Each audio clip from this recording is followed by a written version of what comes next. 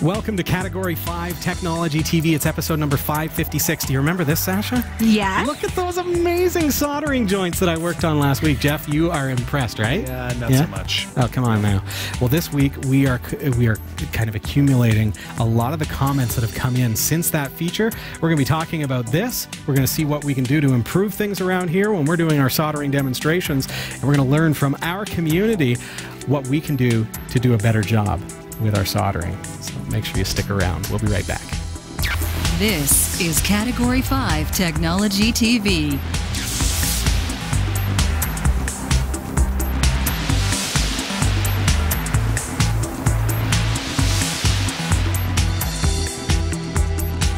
Our live recordings are trusted only to solid-state drives by Kingston Technology.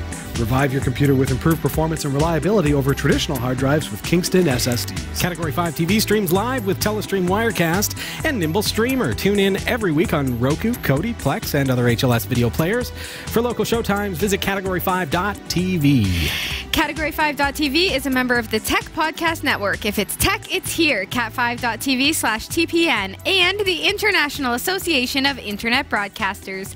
cat5.tv/IAIB. Welcome to the show. I'm Robbie. I'm Sasha. And I'm Jeff. Nice to have you here.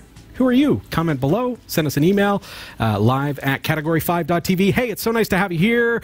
Category 5 shirts have started being delivered, so yes, get yours, cat5.tv/shirts, and send us a picture of yourself wearing your Category 5 apparel, and we will give you your 15 seconds of fame. That's right. How come? 15? Do we even give them that long? How come I get like an hour? I wear a shirt and I get like an hour of being on TV.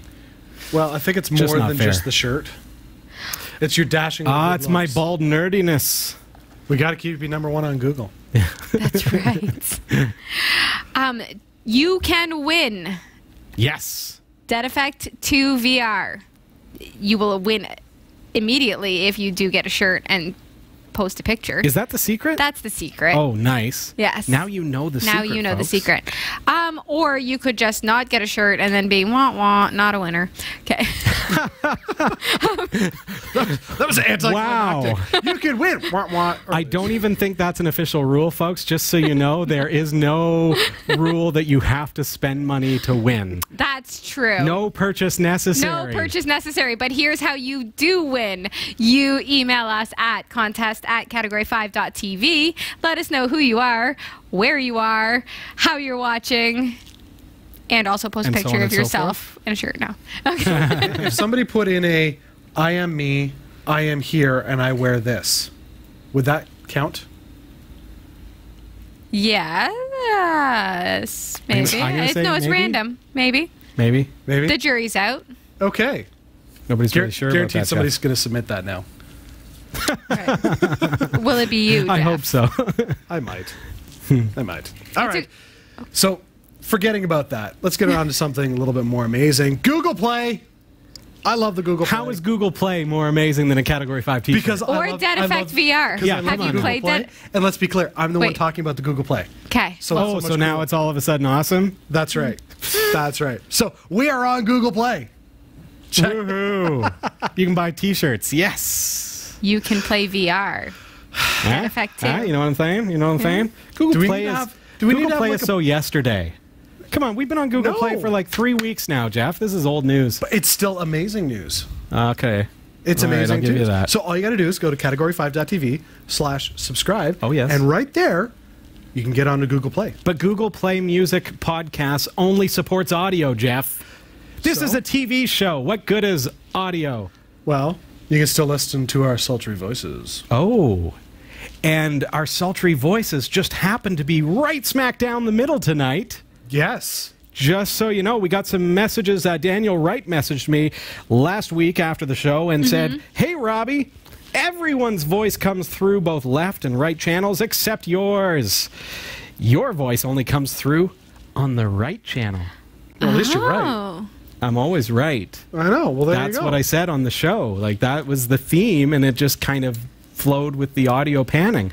So it turns out we have a dead pot on our mixing console. Now, thankfully, we've got 1, 2, 3, 4, 5, 6 channels.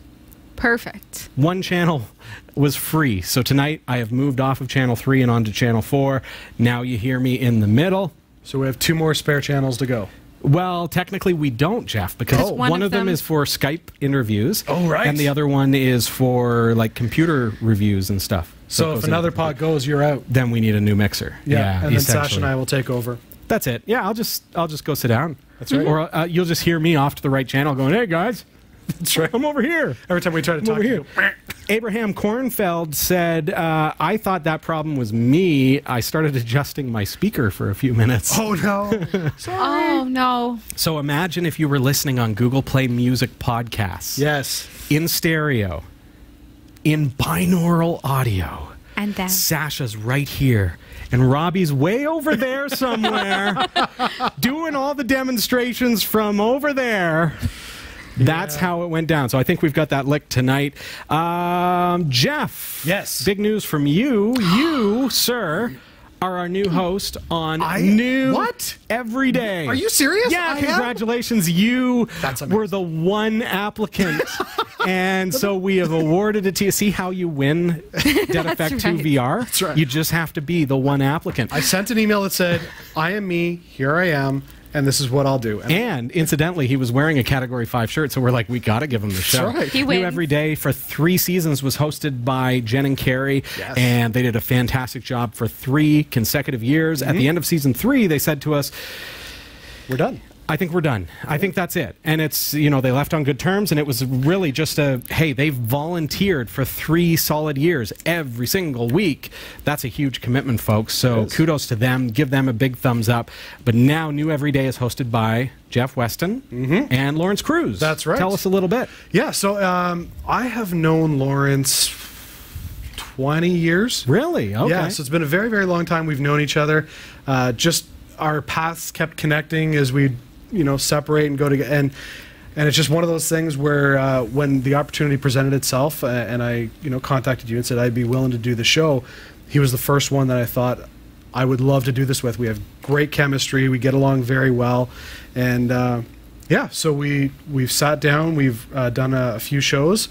We've got a couple interviews in the can. Yeah. Now on the air, you've seen one so far. That's right. Yeah. So we've had a couple interviews in place. We just kind of brainstorming. The sky is the limit, and we want to take the content to the next level. Like, cool. We've got some really, really great ideas. I can't wait to explore. Well, it's exciting to have you branching out into another one of our shows. So Category 5 TV Network, of course, here we are on Category 5 Technology TV. Then our faith broadcast is called New Every Day, and it has just started its 4th season with Jeff Weston and Lawrence Cruz. And we've got a couple other shows that we're working on. And, of course, your newsroom feature is its very own show, which gets edited out every single week and is aired every Tuesday night on KVVB Channel 33 in the high desert of California. How cool is that? So hello to you watching in Southern California. Nice to have you here. And certainly on Sasha's show as well. Cool. I've been locked out of Facebook, Jeff. Sasha. Oh. You quit Facebook. I quit Facebook. I was like quit working you. hard. Yeah, I was working hard on Facebook, and they locked me out. Why? Because my face isn't recognizable enough. What? Apparently, they told me I need to upload a photo of myself now. So it actually logged me out, and it says I got to upload a photo of myself. We've been through this with some of our viewers as well. Wow. Talking about how Facebook is trying to step things up in the privacy and security and in that department. Right. So here I am. This is my work account. So here I am working away on customer Facebook profiles and things like that, which I do pretty much every week. Yeah. And boom, you're logged out. Can't log in. And apparently my faith is that of the bald nerd, so it can't be me. And they won't let me log in. There's got to be something wrong with that. Yeah, oh yeah. I mean, every time they said I need to upload a picture of my face, I mooned the camera and sent them that. That's how I felt inside. That's what I wanted to do. But wow. So did you actually So I'm fix locked out? it? No. No. I've uploaded every single picture that I have of myself. And they still recognize you. And it doesn't let me log in. So that is what we're up against, folks. Wow. And the email that it sent me when it logged me out is from a no reply at facebookmail.com. So I can't even reply and say, look, I've been trying, and I can't get in. I can't get back into my account. We've already had the discussion that they've started really stepping things up as far as their app security and privacy goes. And I know that like hundreds of apps have been removed from Facebook apps because they felt that they were not approved for accessing the Facebook API. Right. In light of Cambridge Analytica and so on.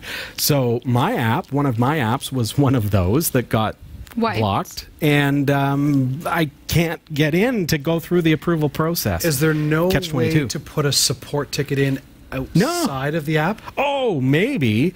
See, I've contacted them within the Developer Central and went through the process, and it said, okay, you need to do this, this, and this. 3 things. You need to add a channel icon, you need to do this and that, and put a privacy statement on your website, that kind of stuff. So I went through a third-party company to legally create a privacy policy for the app and put that online, added it, and this was around the time that I got locked out of Facebook. So that's where I'm at. How does it feel? That's a big pause. Yeah, I don't know whether I'm like, can you be angry at something that is non-existent? They're looking at everything from a blanket perspective now because they've been going through everything since this whole kerfuffle. Right. So I'm no longer Robbie Ferguson, the app developer. I'm a number. Right. And I'm not approved. So now I'm locked out. What do you think the chances are that because you have, been locked out, this is a social experiment on Facebook's part? You think so? To see that see my nasty tweets about Facebook? Well, no, but to see how much you use it once you get in compared to when you were out. It's kind of like withholding the cookie from you so that suddenly they give you the cookie. You think Facebook is in the game of dangling cookies in front of poor app developers? I don't know. I'm just... That's the game. It seems odd that for such a sophisticated system that knows everything about you in 57,000 different categories, that they can't seem to recognize your face. It's not like you've got some weird face. Has your face been stolen? Jeff. No. That's the quote of the night. It's not like you have some weird face. Has your on a t-shirt? Could your face have been like your face picked? Like you're in the image of your face. Could it have been stolen? Like, could absolutely. Somebody, right? It's not like my face is on the internet or anything. So then somebody else claimed your face, and then you're blocked out of the rest of it. So like poor identity theft. Poor Arnold Schwarzenegger can never get a Facebook account? Like, come on, how does that work? It is ironic that your face has locked you out of Facebook. Haha. Yeah. Anyway, have you ever been through it with Facebook or any other social profile website? Comment below, send us an email, let us know what kind of hassles you've had to go through to redeem your account. Because that's what I'm up against right now with the book-faced. The book-face. Oh. But just think of all the free time you've got now. Exactly. None. I'm spending way too much time on support, damage control with the customer, and trying to figure out how to get in so that I can get this thing fixed for them. Wow. That's what I'm up against. You should just send them some sort of legal notice that you're going to sue them for all the lost revenue. Ain't nobody got time for that. Come on. Send it to where? The no reply? Speaking of time, let's take a commercial break. Okay. Jeff? Yes? What's your line? What? When we return. Yeah. Never mind. We're going to be back in just a moment's time. When we come back, we're going to be hearing from our viewers about the soldering job that Robbie did last week. Which Stick was around. so good. Yeah, so good.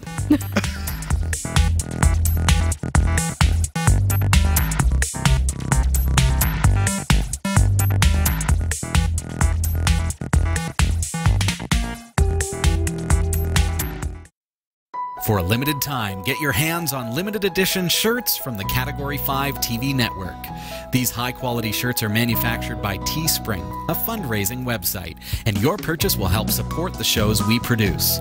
Get yours today and send us your pictures to be featured on the corresponding show. Visit cat5.tv/shirts to support us and get your official network shirt today. cat5.tv/shirts.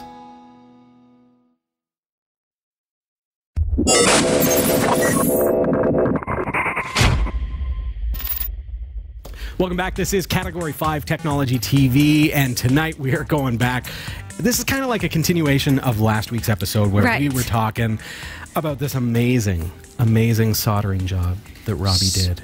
So good. Oh, so such a beautiful. valiant effort. It actually it actually Great way to describe it. Worked. By some kind of television miracle, it worked. Yes. Jeff, do you remember way back on episode number 431 when you recommended that I buy battery-powered soldering iron? Yes. Do you remember that? I do. I just want to say for the record, it sucks. Well, let's be clear. That is not the one I had. Oh, let's be clear. That one's not the same. It's not exactly the same model.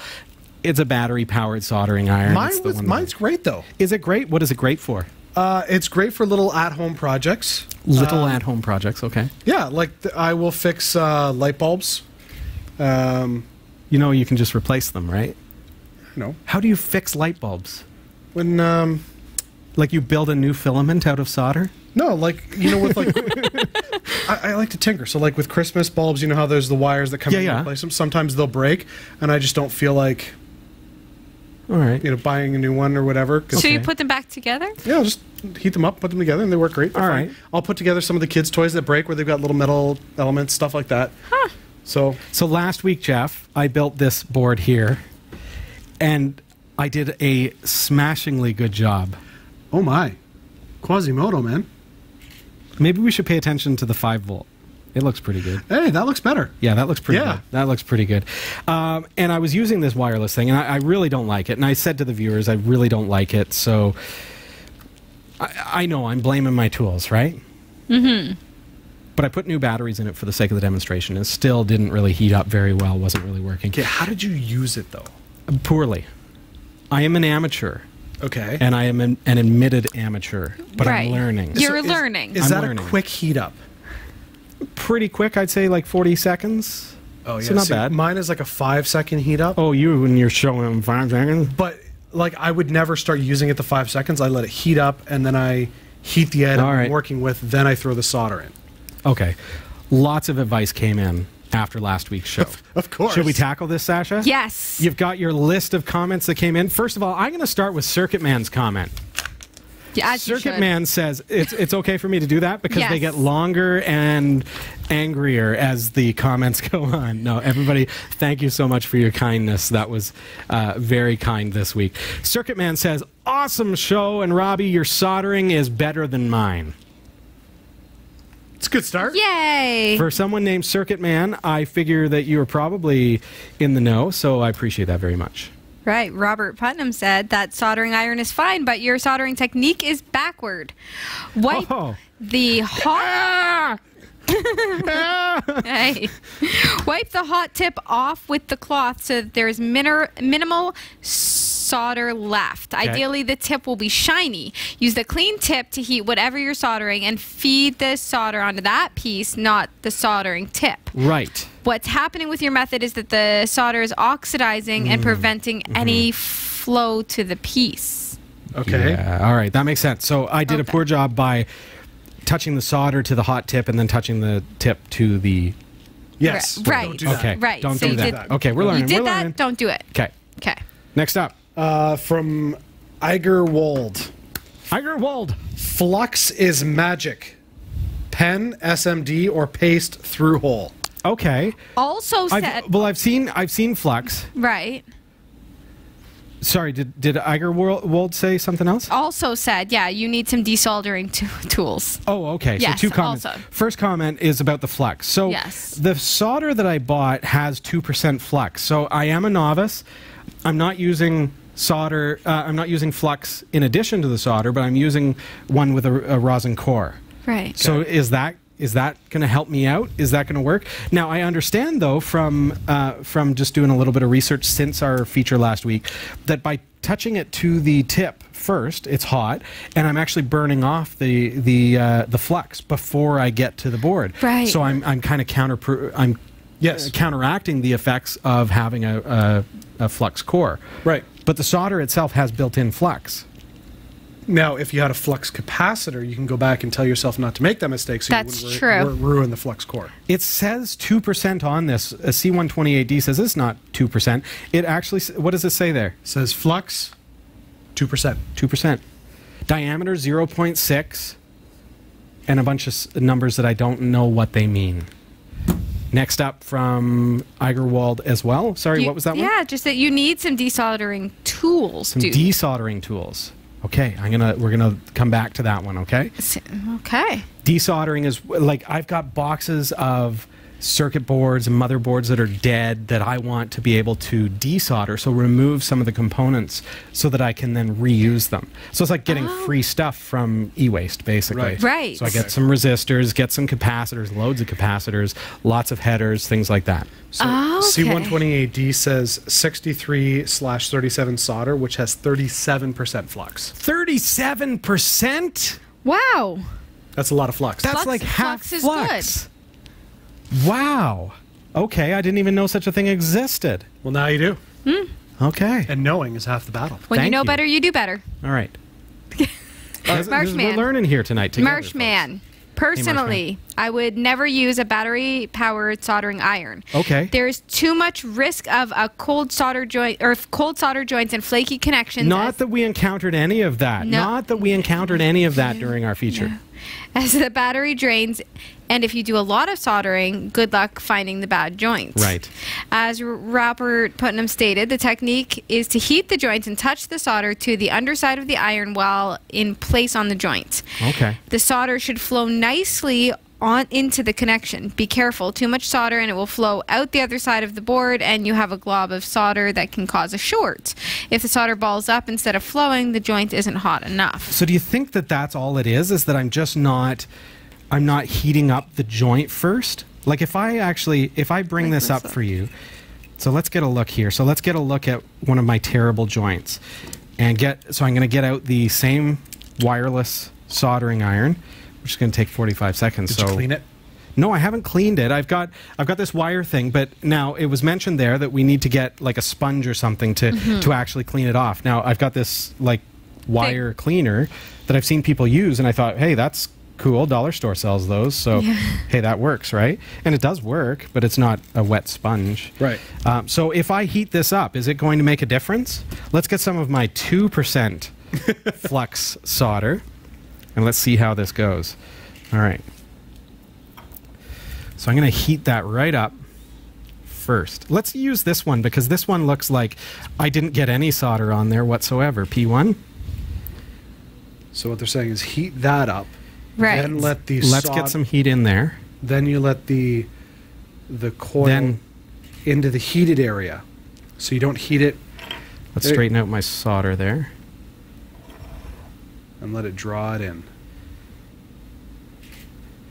Okay. Oh, there's the flux. Oh, yeah. Oh, okay. There.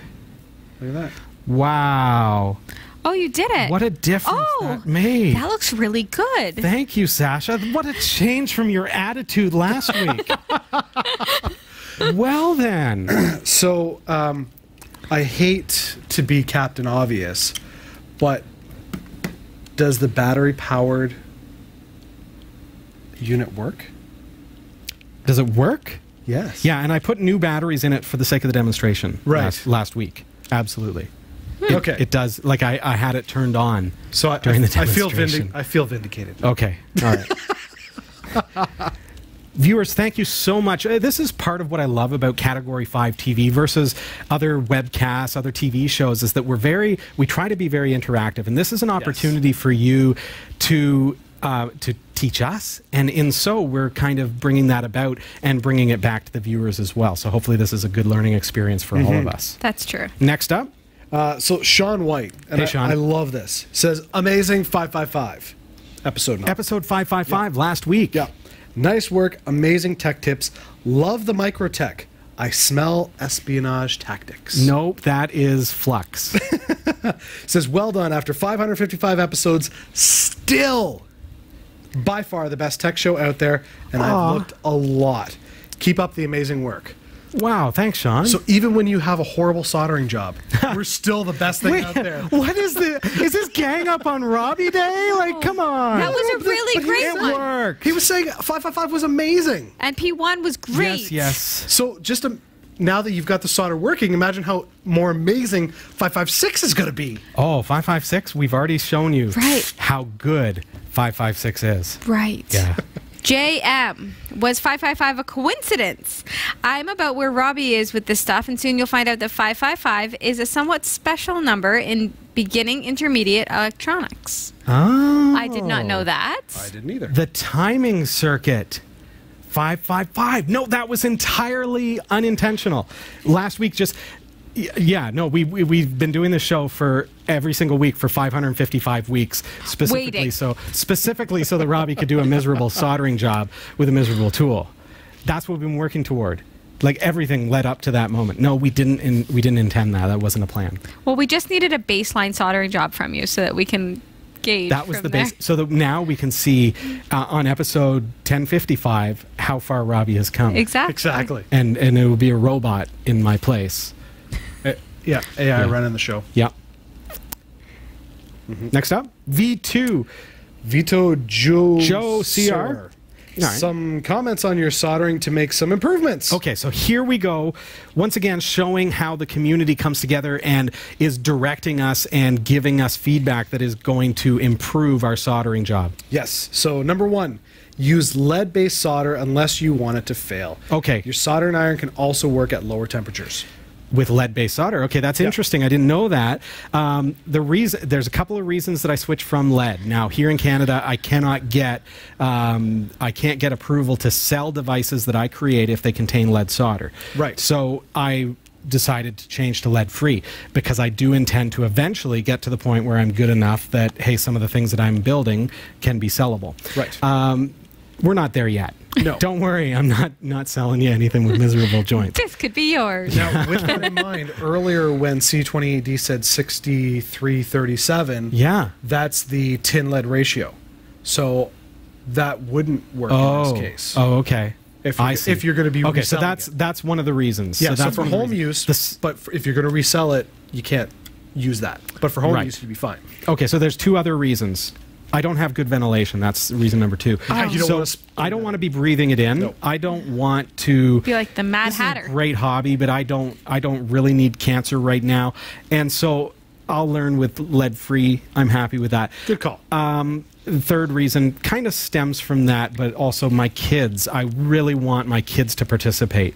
And so part of it is getting their hands on the solder, getting in there, and we're using lead-free solder so that I don't feel worried that my 10-year-old is putting his fingers in his mouth after soldering something with a lead core. So there's a couple of things there. So absolutely, sure, lead-based solder may be better for some uses, especially in professional soldering jobs. But I think for me, I'm going to stick with the lead-free. So we just got to make it work. Right. Point number 2. Yeah. Point number 2. You don't add the solder to the tip until you've heated up what you're soldering. Then and only then you add the solder. Thank you. Okay, so that one out. Yeah, Marshman commented on that as well. So yes. Excellent point, and we proved tonight that that is a very good comment. Right. Number 3, if you put the solder on the tip, you need to clean it off. Just like that. Makes sense. Everything that you did, you need to undo, Robbie. I heard you thinking that. Yes. So the longer the solder's on the tip of your iron, the more flux you destroy. Oh. Just what I was saying. Yes. And it was in my head because of V2 Joe CR's comment. Right. Having read it earlier. Very interesting and good point that I'm actually burning off the flux. Yes. Which is going to cause issues with my solder joint. Absolutely. And I understand that. So that's cool. And then keeping in line with that, flux is your friend. It helps the solder to connect to your components. He says as a bonus tip, Ba-dum-bum. Please watch some better people solder before you make an attempt to put it on Please TV. What? Please watch some better people solder before you make an attempt at soldering on TV. Hey, come on now. Come on now. Okay. So let's back up and talk a little bit about what Category 5 represents. And first, before I get into that, I want to tell you and everyone viewing, never let someone tell you don't show what you are learning. Don't never be afraid to fail. Never be afraid to show that I'm not good at this. I'm learning.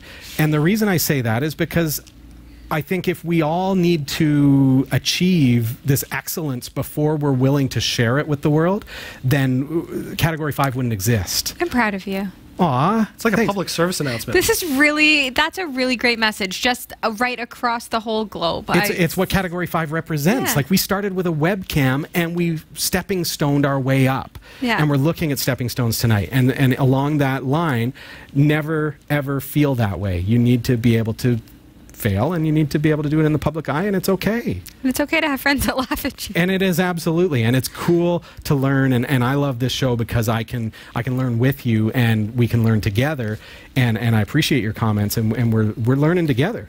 I did a pretty good solder joint there. Yeah, you did. And how many times have we done episodes where you're programming something? And it fails? Yeah, and it just it goes horribly wrong. But that's part of what makes the show great, is because some of those shows are the greatest shows to learn from, because you watch it and you go, oh my goodness, I've made the same mistake 100 times and I couldn't figure out what the issue was. I think we're real too. Well, yeah, exactly. And there are a lot of great shows. Yep. We're not just CG. There are a lot of great shows on YouTube and on television that they figure everything out beforehand and they do it when it's perfect. Yes. And so then I, as the lay person, feel like I'm not at that level. I can't achieve this. I can't try this.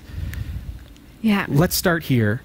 And let's work our way up together. You know, to be honest, it wasn't pretty, but it worked. It worked. Like, you did it. I did it. I did it. Go team. Yeah. All right. Thank you for the comment. I appreciate that. So C128D first has said recently in the chat room that you need to use separate flux paste if you're using lead free. Yes. Okay. So that's important. So let me get this straight. Even though I have a 2% flux core in my solder, so I thought, oh, well, it has flux built in, so I don't need to buy flux. Are you telling me I need to go out and buy flux paste so that I can add that to my solder joints before I heat them up? Is that the idea? Right. C128 D is here with us live. We'll move on with your questions, so then we'll come back to your response to that question. Okay, so C128D also says, Robbie, you don't need to spend a lot of money to get a decent soldering iron. All you need is one that plugs into a wall outlet and runs off of AC current. Any of the Weller line would work out quite well for your needs and are reasonably priced. Just select one that is between 20 and 40 watts. Amazon carries them for about $15 to $30 US. Not sure what that is in Canadian rupees. And they do an excellent job. Weller, I can't say this word. Solder. Because there's an L in it. We're always going to get somebody. One of our biggest fans is going to say, it's solder. No, it's solder. It's solder. Yeah. I'm just always going to try and say a Weller soldering station? Normally start at about $100 US. Okay. Getting one of the regular irons now and having it as a backup when you can afford the soldering station wouldn't be a waste of money either. Yeah. The iron is more portable and less of a hassle for a quick and dirty repair than the station is. But the main thing is that just about any AC powered soldering iron will be better than a battery powered toy. Be sure to use 6037 solder. It's better for electrical work than 6040.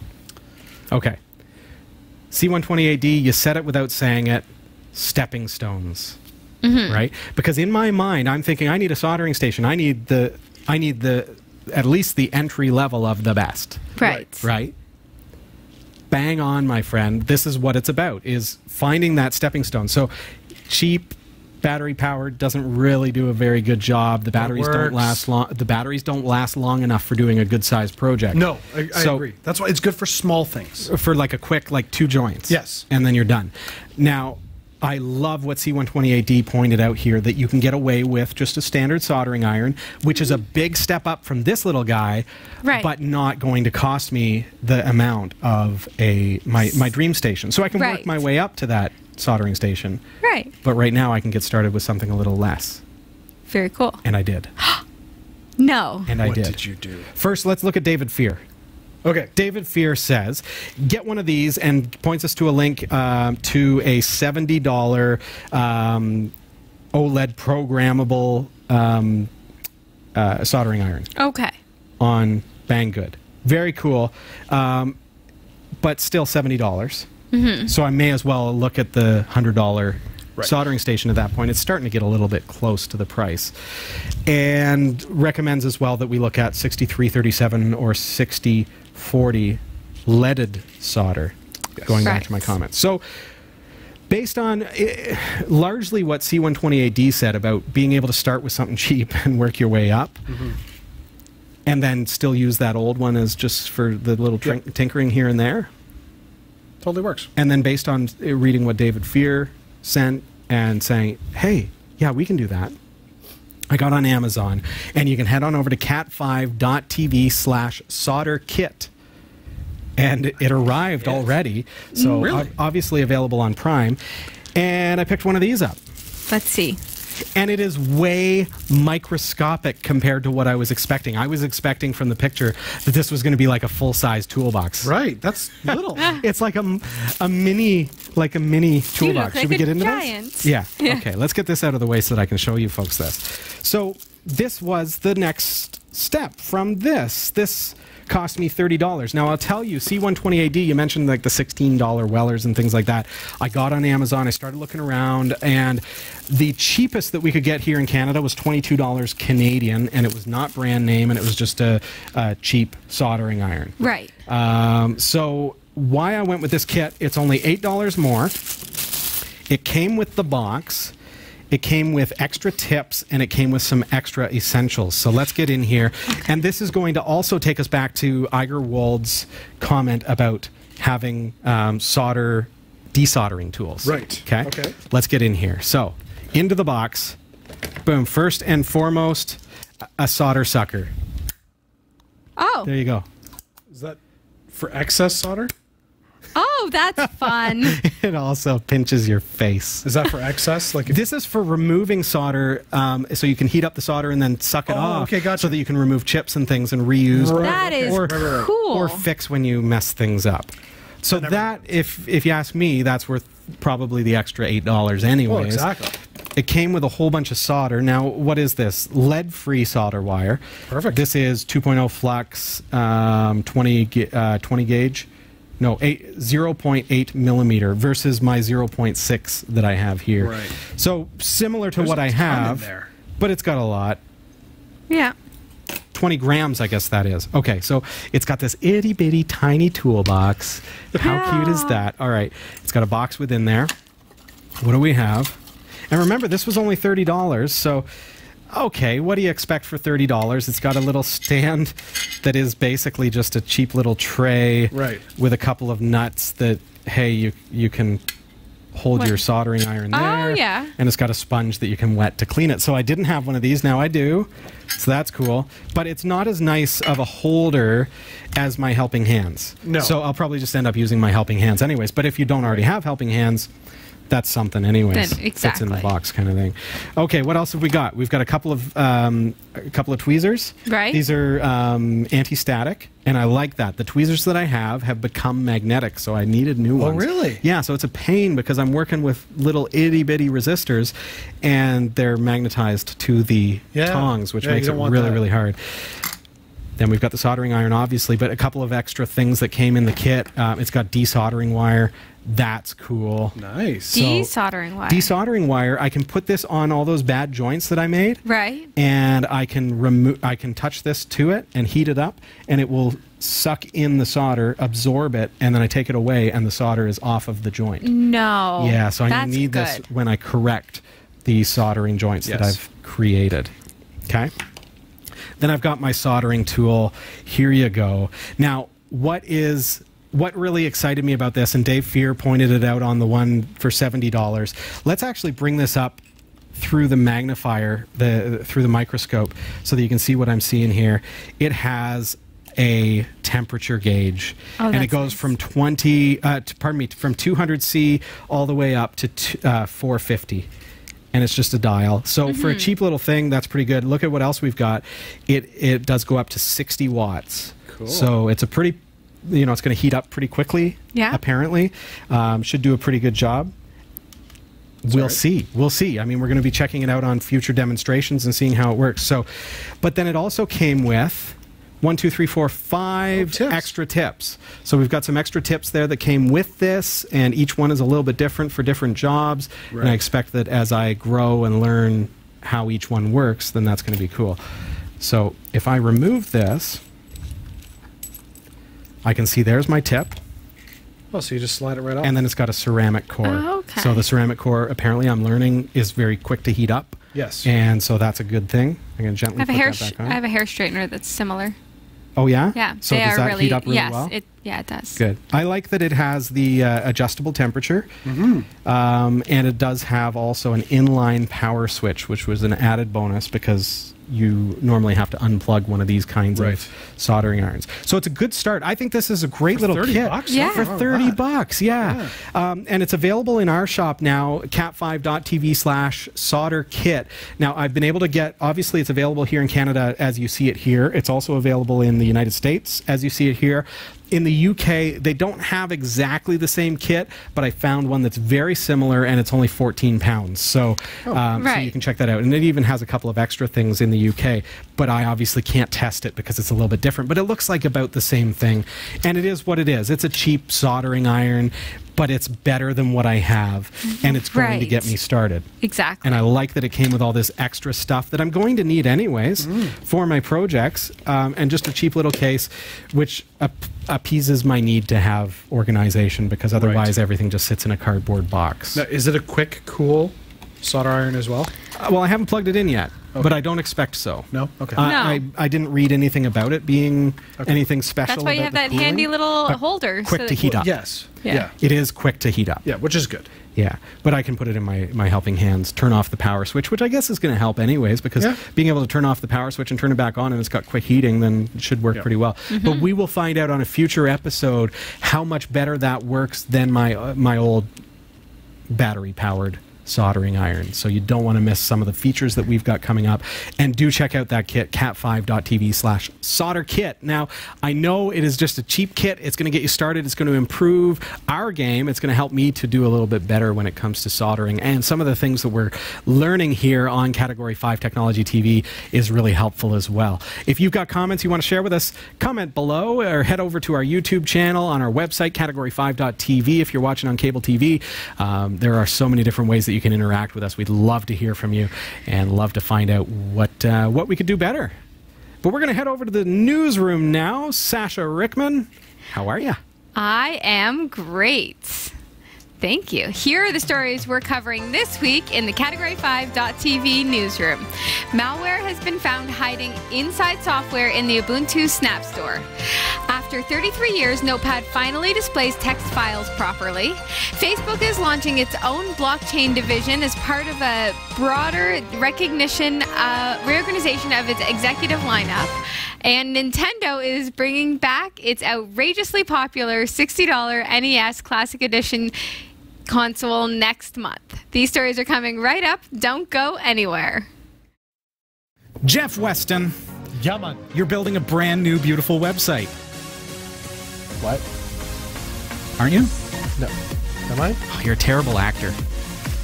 What? This is where acting comes into play. Oh, I didn't know we were acting. You're supposed to act. Okay, fair enough. All right. Yeah, I'm building a really cool website. Are you building a really cool website? Just because Jeff is confused doesn't mean you have to be. Visit cat5.tv/dreamhost to sign up for unlimited web hosting for your website with unlimited email accounts, MySQL databases, the latest version of PHP, WordPress, and more, and even a free domain name registration. It's less than $6 per month, so sign up today. cat5.tv/dreamhost.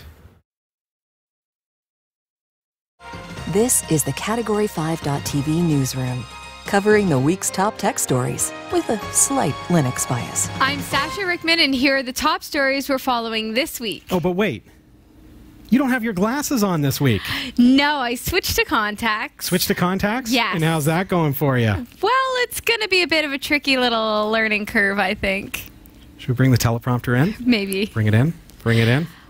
It's not bad. I just Some of the words I cannot read. Oh, this is going to be fun. Yep, just gonna The make it up. optometrist actually asked me, like, can you see this line? Can you see that line? Yeah. He's like, oh, yeah, it's good. Turns out I should have had the teleprompter with me so I could... There you go. Oh, wait, that's not going to work. All right. Malware has been found hiding inside software in the Ubuntu Snap Store.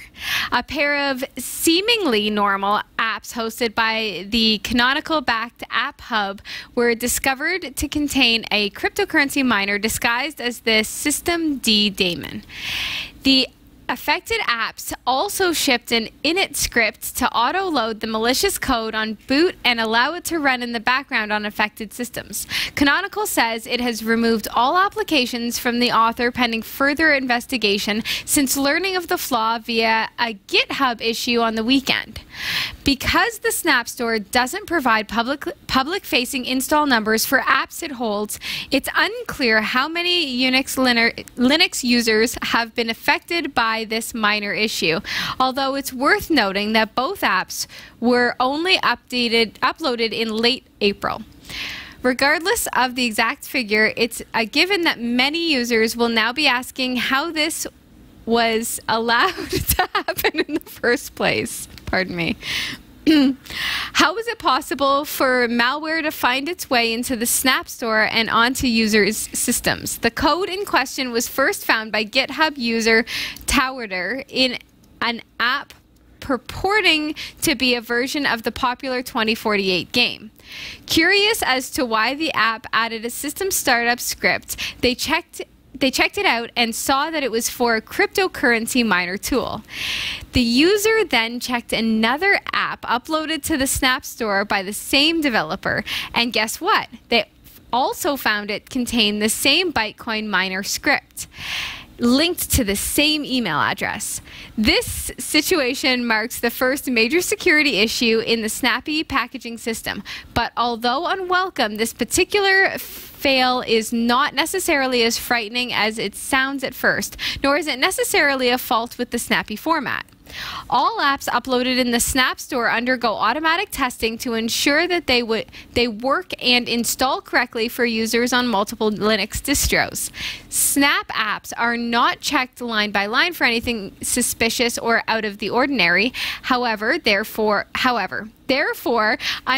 under the current framework, there was simply no way to detect or prevent this malware from being bundled up with an app and made available on the Snap Store. Any theoretical pre-detection would have been hard to do given that both of the affected apps were uploaded as proprietary software. Their code was not available to check. The cryptocurrency miners in this instant can be considered malware because they weren't mentioned in the store description and they used system resources without permission or user knowledge for a task that wasn't authorized. That said, the mining scripts themselves don't seem to do anything malicious to the system itself. For example, they don't harvest data, inject code, or hijack browsers. It is possible that the app author in question wasn't being intentionally malicious given the lack of effort to disguise the malware and the inclusion of a hardcore email address mentioning a Ferrari. They may have been attempting to draw attention to a hole in the Snapcraft vetting model. Pardon me. And if so, it worked.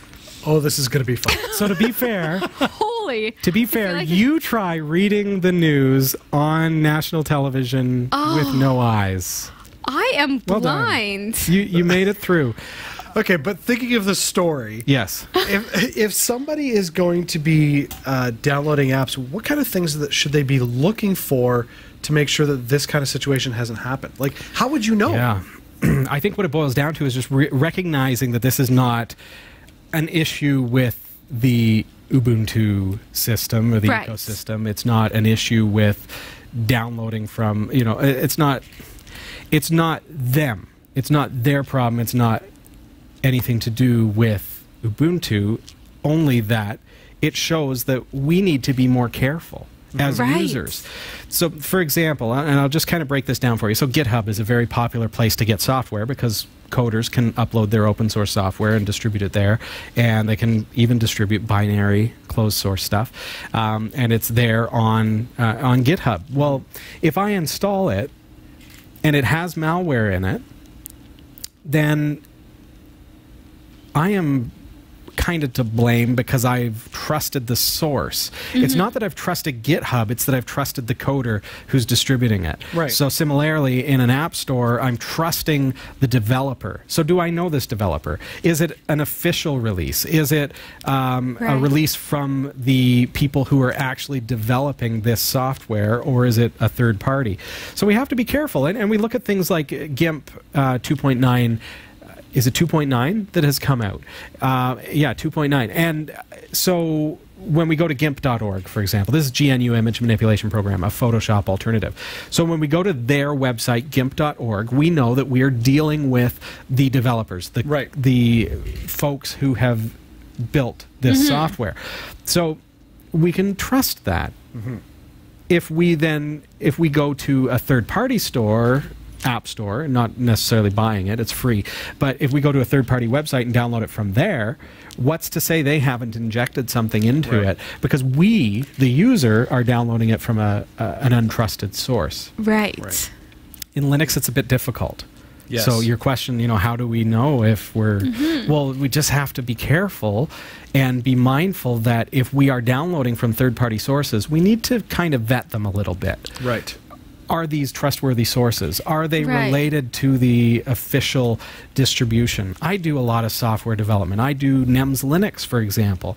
And I have, I am officially a part of the Nagios Exchange. I'm endorsed by Nagios Enterprises. And so there's a certain level of, I'm nothing to do with Nagios, but I am kind of, I'm official, if you will, as a third party. Right. Right. So you just have to vet that and say, hey, okay, yeah, that I can trust, but maybe not the next one.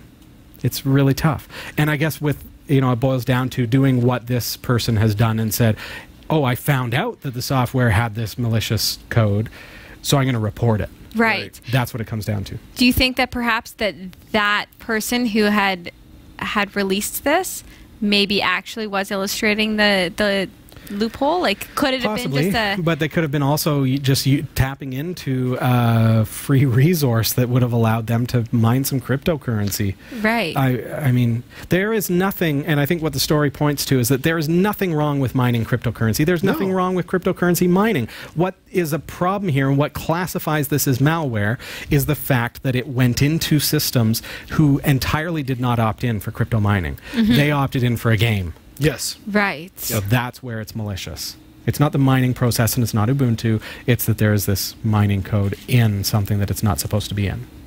Right. Okay. That's a big topic. That could be a show. That's its own show. Absolutely. After 33 years, Notepad finally displays text files properly. Yeah, Notepad has been around for as long as Windows, originally shipping with Windows 1.0 way back in 1985. However, it's taken Microsoft 33 years to fix one of Notepad's most annoying problems. It can't display all text files correctly. While that may sound ridiculous, it has been a frustration for anyone attempting to open a text file in Notepad that was created on a Unix, Linux, or Mac OS system. The text output is garbled, and it's all because of the line endings. As Microsoft explains on its developer blog, until now, notebooks supported text documents containing... Notepad, pardon, supported text documents containing 3 types of line-ending characters. They're all Windows end-of-line characters, carriage return, and line feed. If the text document uses those, the output in Notepad will be perfectly formatted.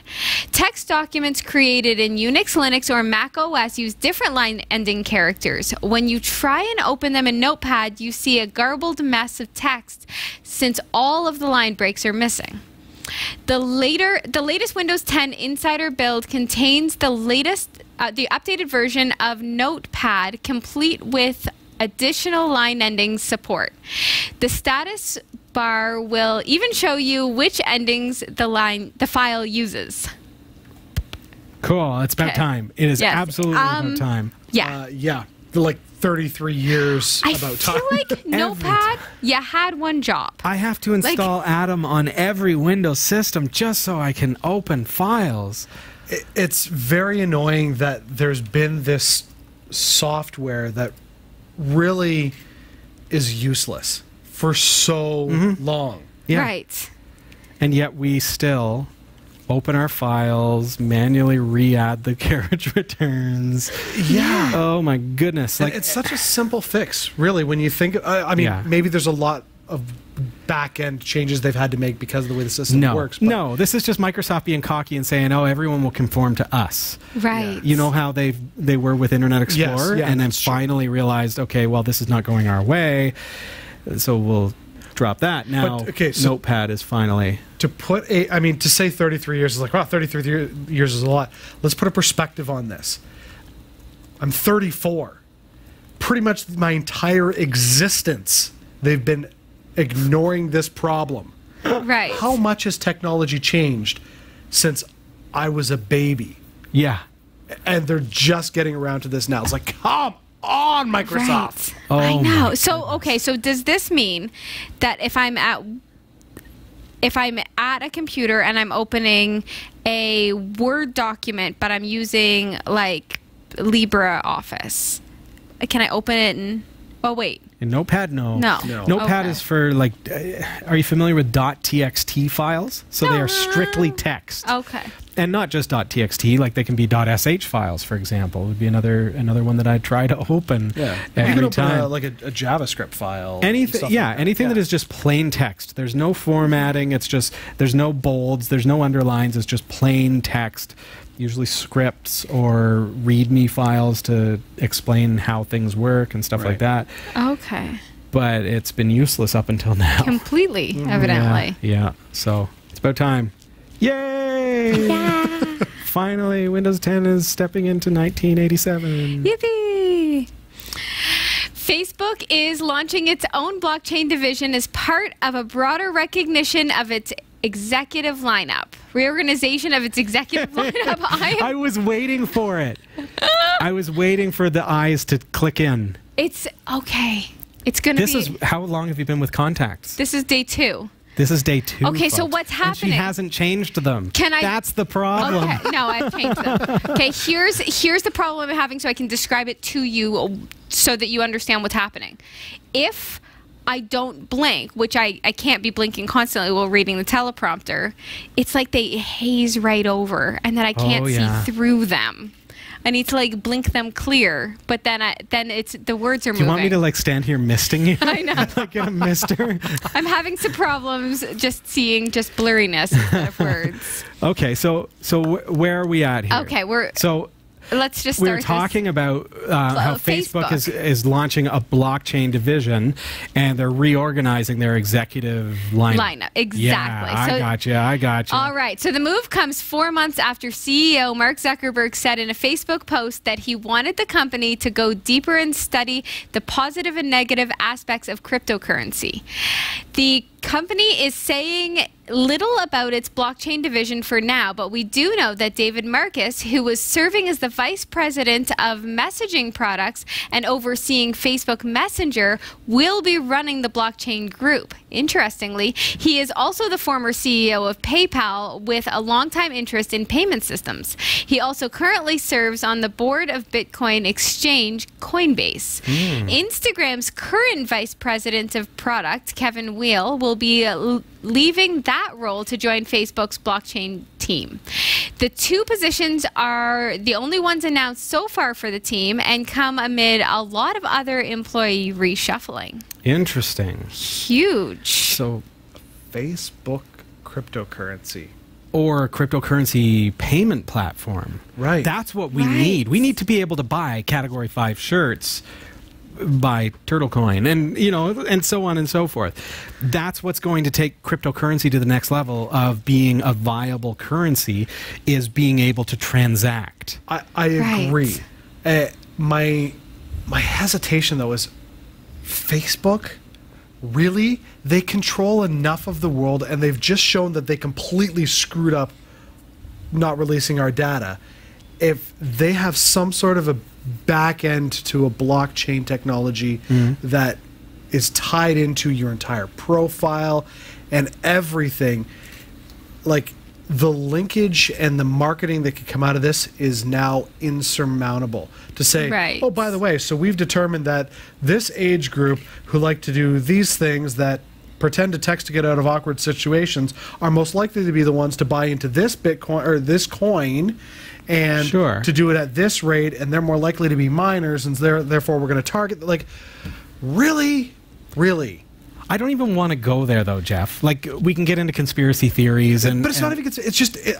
I am a fan of spreading the wealth, and Sure. I think Facebook is getting to the point of having, dare I say it, too much social power.